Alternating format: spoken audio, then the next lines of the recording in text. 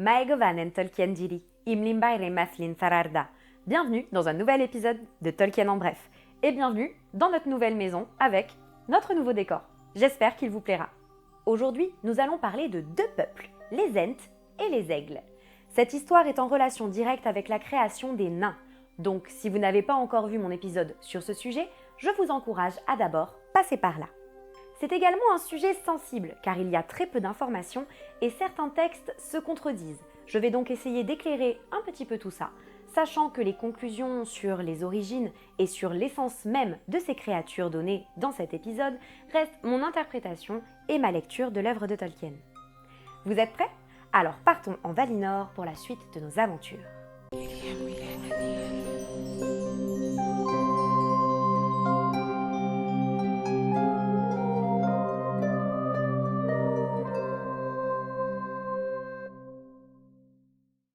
Donc, nous sommes toujours au début de l'âge des arbres. Aoulé vient tout juste de créer les nains, au nez et à la barbe des autres Valar. Mais Aoulé finit par en parler à son épouse, Yavanna. Vous le savez, messieurs, que de toute façon, vous ne pouvez rien nous cacher bien longtemps. Yavanna reprocha à son époux de ne pas lui en avoir parlé avant. Ne jamais mentir à sa femme. Elle lui expliqua qu'en lui cachant son invention, le peuple des nains n'aurait que peu d'amour pour les plantes et les animaux, car elle n'a pas pu insuffler cela dans leur cœur, et qu'il risquait donc de se montrer non reconnaissant envers son domaine. Aoulé lui fit alors remarquer que tous les enfants d'Ilúvatar utiliseraient les plantes et les animaux pour se nourrir et construire, mais avec respect et gratitude, et que de toute façon Eru leur donnerait la primauté sur le reste des créations. Yavanna fut assez chamboulée par cette conversation et réalisa que ces créations souffriraient de la venue des enfants d'Ilúvatar, d'autant plus si Melkor assombrissait leur cœur. Elle se rendit donc auprès de Manwë, qui est le chef des Valar et le plus proche de la pensée d'Ilúvatar, pour en avoir le cœur net. Et Manwë confirma ce que venait de dire Aoulé. La voyant désespérée, il lui demanda quelle part de son royaume elle chérissait le plus. Elle nomma alors les arbres, qui étaient particulièrement chers à son cœur, et qui, comme tous les Olvar, ou plantes, ne pouvaient fuir au contraire des Kelvar, animaux. Et dans son esprit vint l'idée que les arbres puissent parler et punir ceux qui leur feraient du tort. Manwë au début se dit que cette idée d'arbre qui se défendent tout seul était clairement tarabiscotée, mais Yavanna lui fit remarquer que cette idée était déjà présente dans la musique de Lainu Lindale, même s'il n'y avait alors pas fait attention.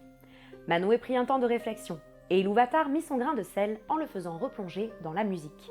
Ou Manwë a peut-être juste un peu trop consommé de champignons hallucinogènes, mais ça l'histoire ne le précise pas. Pendant cette vision, Manwë remarqua quantité de choses qu'il n'avait pas réellement écoutées lors de la musique, d'autant plus qu'il était maintenant au cœur de la création. Et il vit apparaître tout un tas de nouveautés qu'Ilúvatar lui avait cachées jusqu'ici. Une fois redescendu de sa petite transe spirituelle, Manwë fit part à Yavanna de ce qu'Ilúvatar venait de lui transmettre. Il lui expliqua que lorsque les enfants d'Ilúvatar s'éveilleraient, la pensée de Yavanna prendrait également forme. Des esprits venus du vide viendraient alors parmi les plantes et les animaux et certains y demeureraient. Ces esprits seraient respectés et leur colère serait crainte par tous les enfants d'Ilúvatar. Enfin, tant que les premiers-nés, c'est-à-dire les elfes, seraient présents en nombre et que les humains seraient encore jeunes. En résumé, après le départ des elfes, clairement, les humains vont faire n'importe quoi. Il fut ainsi dit que les bergers des arbres, appelés Onodrim par les elfes et Ent par les hommes, marcheraient au cœur des forêts. Manwë ajouta que ces esprits ne seraient pas les seuls à émerger de la pensée de Yavanna. Il lui rappela que leur chant s'était également mêlé pendant l'Ainu Lindale et que cet entremêlement donnerait naissance, avant même l'apparition des enfants d'Ilúvatar, aux aigles des seigneurs de l'Ouest. Ah, c'est les aigles. Aigles cette fois ? Oui, là ce sont les aigles comme on voit dans le Seigneur des Anneaux. Il précisa que ces aigles logeraient dans les montagnes et entendraient les appels des enfants d'Ilúvatar. Ils auraient ainsi un rôle de lien entre les Valar et les elfes et les humains. Voilà pour la partie histoire. Maintenant, on arrive à la partie interprétation. Les Ents et les aigles font partie des sujets plus ou moins incohérents et donc polémiques de l'univers. Il ne faut pas oublier que Tolkien a développé ce monde toute sa vie durant et que tous les textes n'ont pas forcément été actualisés juste avant sa mort. Et donc certaines questions resteront sans réponse définitive ou seront toujours sujets à interprétation. Pour les aigles, on peut considérer qu'il y a deux sortes d'aigles. Les premiers, dont nous avions parlé dans l'épisode sur Valinor, sont en réalité des maillards qui prennent la forme d'aigles pour surveiller ce qui se passe en Terre du Milieu et les agissements de Melkor. Mais ils peuvent donc quitter cette forme pour à nouveau être des êtres invisibles. Puis, il y a les aigles en tant qu'espèce animale, nés des champs de Yavanna et Manwë, comme raconté dans cet épisode. Dans tous les cas, ce sont des serviteurs de Manwë, et non pas de toute la Terre du Milieu, Et ils interviennent dans l'histoire selon les désirs de ce dernier, et dans des buts précis. Les aigles animaux sont en quelque sorte des animaux qu'on aurait updatés de par leur contact avec les Valar, leur donnant ainsi des capacités plus élevées, comme la parole, comparées aux autres animaux. Les aigles deviennent au cours des âges une espèce nombreuse et plus indépendante. C'est le peuple du Nord, mené par Thorondor au premier âge et par Gwaihir au troisième, qui sont présentés comme étant toujours des messagers de Manwë. Et petit rappel, Gandalf était un Maia au service de Manwë. On comprend donc un peu mieux pourquoi ce dernier est en lien avec les aigles, même s'il ne peut rien leur imposer, n'étant ni Manwë, ni leur chef. On sait également peu de choses sur les Ents. On sait qu'ils sont apparus à peu près en même temps que les elfes, on sait que les Ents sont des esprits envoyés par Eru et Ilúvatar depuis le vide, mais deux hypothèses subsistent. Soit ces esprits sont venus habiter des arbres, soit ils ont petit à petit pris l'apparence d'arbres. Si, c'est vachement différent comme conception, je vous jure. Les Ents sont décrits comme étant des végétaux ressemblant à des arbres et pouvant parler et bouger. Ils sont plutôt lents, à la réflexion comme à la colère. Parmi les autres races, ils apprécient surtout les elfes pour leur langue et pour leur respect et leur amour de tout ce qui pousse.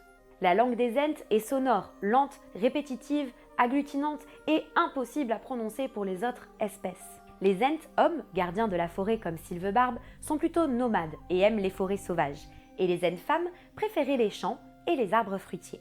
On sait que les Ents femmes finirent par s'éloigner des Ents hommes et qu'elles s'installèrent à l'est de l'Anduin, où elles établirent leur jardin et enseignèrent aux hommes l'agriculture et la sylviculture. Mais leurs terres furent détruites lors de la guerre de la Dernière Alliance à la fin du Second Âge, et depuis il n'y a plus trace des Ents femmes. Les Ents les cherchèrent durant tout le Troisième Âge, mais en vain. Pendant mes recherches, je n'ai rien trouvé qui permet d'expliquer la différence entre les Ents hommes et les Ents femmes, ni trouvé d'explication concernant les Entures, ou enfants Ents. En effet, si les Ents sont bien des esprits, normalement ils ne sont pas censés se reproduire, à une exception près, dont on parlera plus tard. Voici donc mon interprétation. Pour les Ents, étant donné qu'ils peuvent se reproduire, je penche plutôt pour l'hypothèse d'esprits qui se sont incarnés dans les arbres, et non pas des esprits prenant petit à petit la forme d'arbre. Pourquoi ? Parce que les esprits à qui l'on assigne une forme charnelle particulière sont régis ensuite par les règles en lien avec cette forme. Si les esprits sont liés aux arbres, ils peuvent donc se reproduire à la manière des arbres, ce qui ouvre pour moi la possibilité des Entures. Ce qui expliquerait aussi le fait que certains Ents finissent par devenir arbresques et à ne quasiment plus bouger ou interagir, car l'esprit incarné dans l'arbre serait de plus en adéquation avec la forme charnelle qui lui est assignée. Alors que si ce sont des esprits qui prennent la forme d'arbre, ce serait l'équivalence des simples vêtements ou apparences que les Valar et les Maiars peuvent prendre à volonté. Or là, ils ne semblent pas dans la possibilité de changer leur apparence. Ensuite, pour la différence entre les hommes et les femmes Ents, je pense que cela tient dans les esprits eux-mêmes. Yavanna a inventé différents types de plantes, et donc les esprits plus masculins se sont peut-être plus reconnus dans les arbres des forêts, tandis que les esprits plus féminins se sont identifiés aux plantes qui produisent des fruits. Cela soulève d'ailleurs la question du genre dans la mythologie de Tolkien. Je ferai un épisode spécial sur cette question qui est en réalité assez développée et qui mérite qu'on s'y attarde. Enfin bref, n'hésitez pas à me dire ce que vous en pensez et à me faire part de vos propres théories sur les Ents et les aigles dans l'espace commentaire. J'espère que cet épisode vous a plu et vous a éclairé sur ces deux espèces particulières. N'hésitez pas à vous abonner à ma chaîne et à me laisser des commentaires. On se retrouve très vite pour poursuivre notre voyage en Terre du Milieu. Namarie, Tolkien dit.